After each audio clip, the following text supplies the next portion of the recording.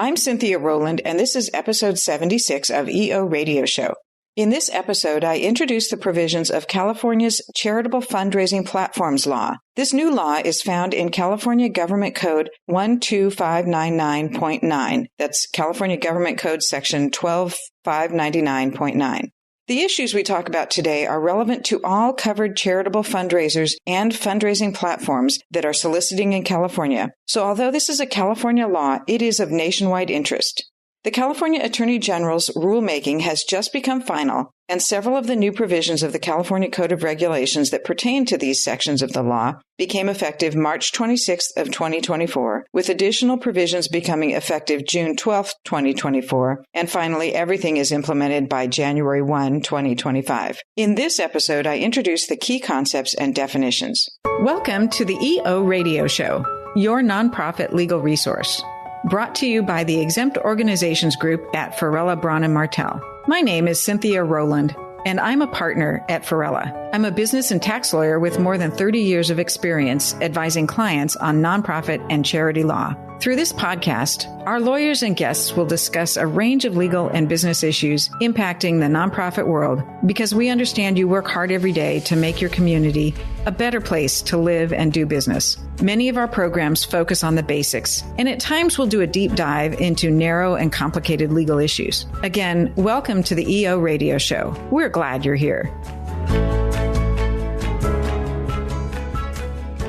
To break down today's topic into manageable pieces, I'm going to focus on the definitions in this episode. In the next episode, I'll cover what we anticipate for the registration and reporting requirements that will apply to the charitable fundraising platforms and the platform charities.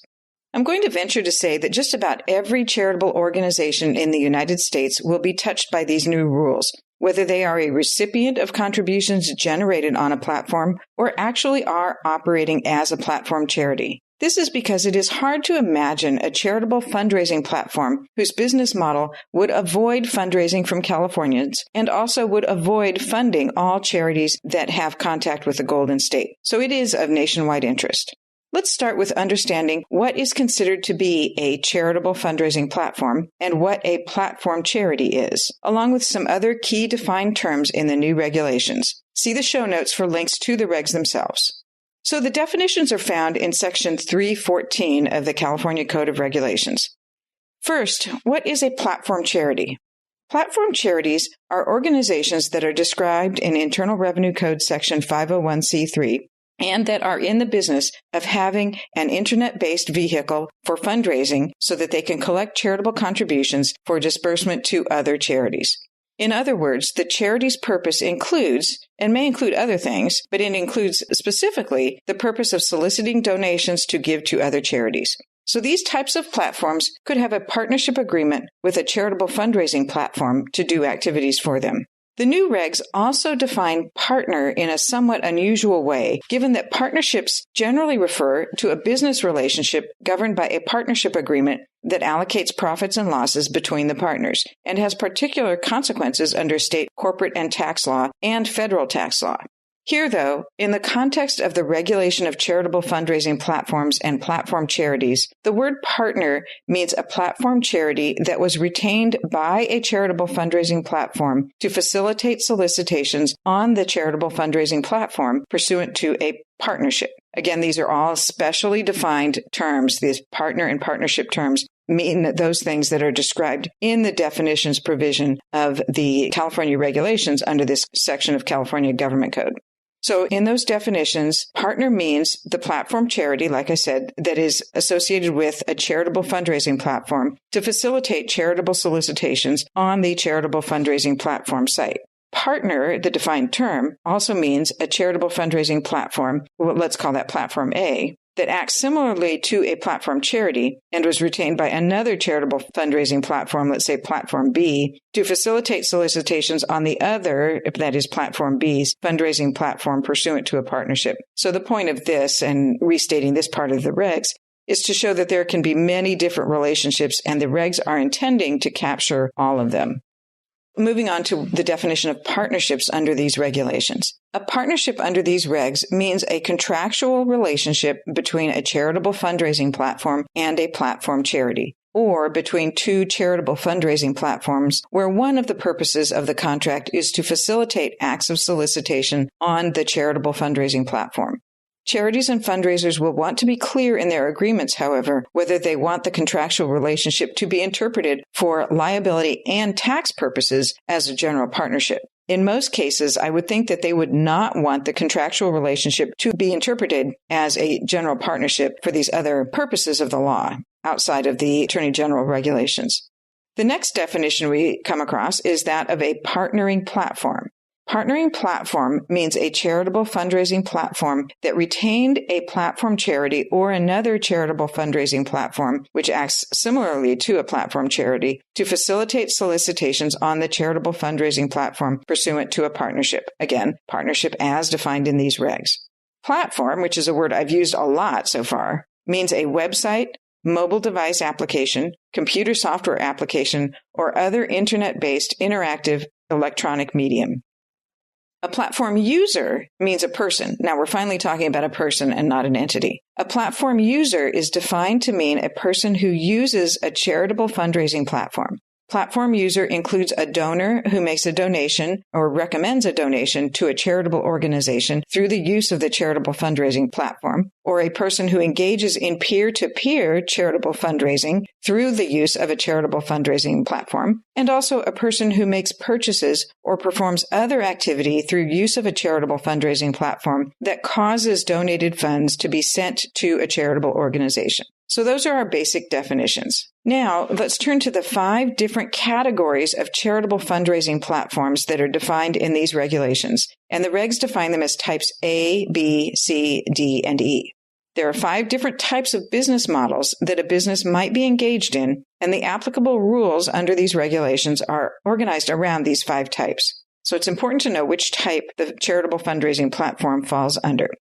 So solicitation type A means a platform that is performing, permitting, or otherwise enabling the acts of solicitation that include soliciting donations or recommended donations, such as micro donations, roundup donations, or donations of any amount from the donors who are platform users, by listing or referencing by name one or more recipient charitable organizations to whom the donated funds will be sent.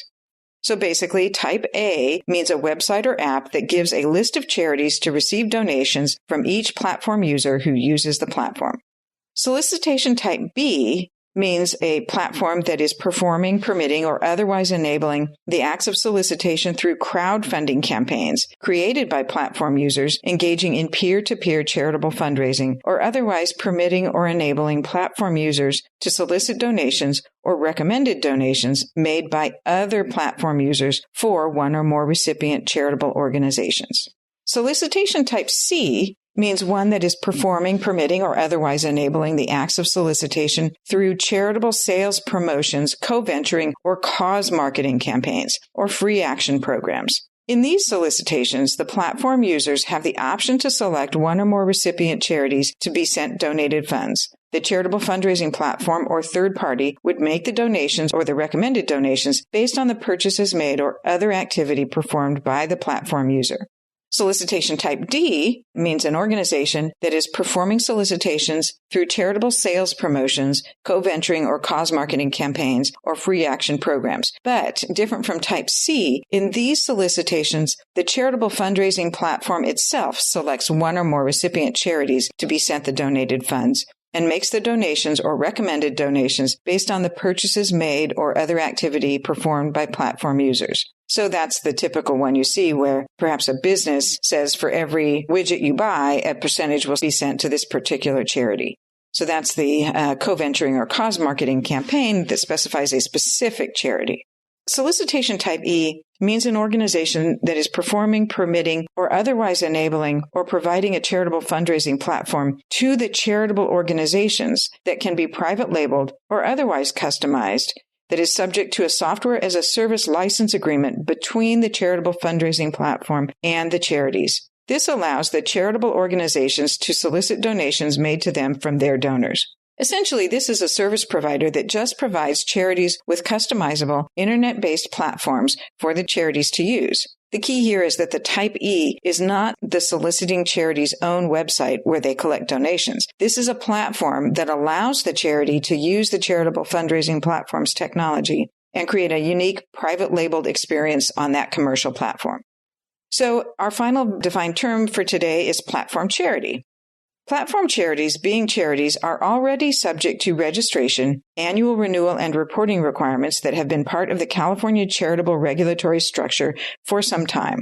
The major impact of these new rules is that the charitable fundraising platforms are now going to be regulated through registration and reporting and other requirements. In addition to registration, the annual reports and website disclosure requirements, the charitable fundraising platforms and platform charities must also comply with certain good standing rules. That is, for any charity to participate in these platforms, they must be in good standing with the state of California, that is, current with their reporting to the Registry of Charities and Fundraisers, in order to receive charitable funds raised through these charitable fundraising platforms. So now I'll touch on a quick overview of these new initial registration requirements, the annual renewal process, and the reporting that apply to the charitable fundraising platforms and the platform charities that work with them. So the California Registry of Charities and Fundraisers, formerly known as the California Registry of Charitable Trusts, but it's also been renamed this year. Anyway, the California Registry of Charities and Fundraisers will have 4 new forms designated the PL series. These are all online web-based forms. The PL-1 form is for charitable fundraising platforms to register, and the registration fee is $625 currently. Then the PL-2 form is used by the charitable fundraising platform to renew that registration every year, and that fee is also $625. New form PL-3 is for platform charities. The PL-3 form is used by the platform charity to identify its charitable fundraising platform partner. And then there's the final reporting form called PL-4, which is used to report the fundraising activities on the internet platforms of the previous year. The due date for the PL-4 is July 15 of the following year, so the 2024 activities would be reported in July of 2025. There is no fee imposed on the platform charity for the PL-3 or the PL-4 forms. Finally, you may wonder about conflicting rules that require registration under more than one provision of the fundraising regulations. Organizations that meet the definition of a traditional commercial co-venturer under the existing California statutes and are also described as a charitable fundraising platform Type D is one example. The organization will be treated as a commercial co-venturer under the co-venturer statute if it solicits for donations for 6 or fewer charities per calendar year, and otherwise complies with all of the co-venturer rules. That is, the organization has a written agreement with each of the charities for which it solicits, and funds raised are paid to those charities within 90 days of receipt, and an accounting is provided to each of them. Similarly, a commercial fundraiser could also fall within the definition of a charitable fundraising platform.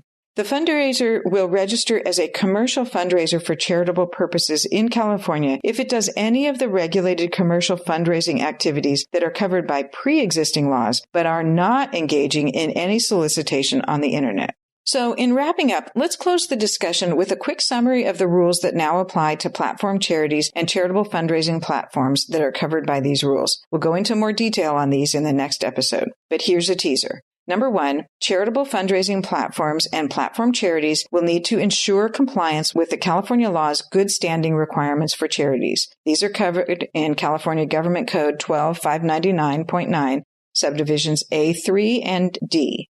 The Attorney General's Registry of Charities and Fundraisers maintains a list of charities that are not permitted to operate or solicit in California. For information on using this list, Section 316 of the regulations provides more details. The second set of rules to keep in mind under the new regulations is that charitable fundraising platforms and platform charities must be aware that donations raised cannot be diverted or misused and must be maintained in a separate account from other funds belonging to the charitable fundraising platform or platform charity. Number 3, charitable fundraising platforms and platform charities are required to make disclosures that prevent the likelihood of donor deception or confusion when applicable. And this is covered in Section 314 of the regulations, subdivision A. Number 4, solicitations for non-consenting charities must comply with Government Code Section 12599.9, subdivision F2. And again, we'll cover those details in the future episode. So that's all for this episode. Be sure to check out the show notes for links to resources on the expenditure responsibility rules. Also, Farella, Braun and Martel has a YouTube channel, and there are several nonprofit playlists, so look for that link in the show notes as well. I'm Cynthia Rowland, and you've been listening to EO Radio Show, your nonprofit legal resource, brought to you by the Exempt Organizations Group at Farella, Braun and Martel. If you have suggestions for topics you would like for us to discuss, please email us at eoradioshow@fbm.com. That's eoradioshow@fbm.com. Thank you for joining us. Until next time, make a difference.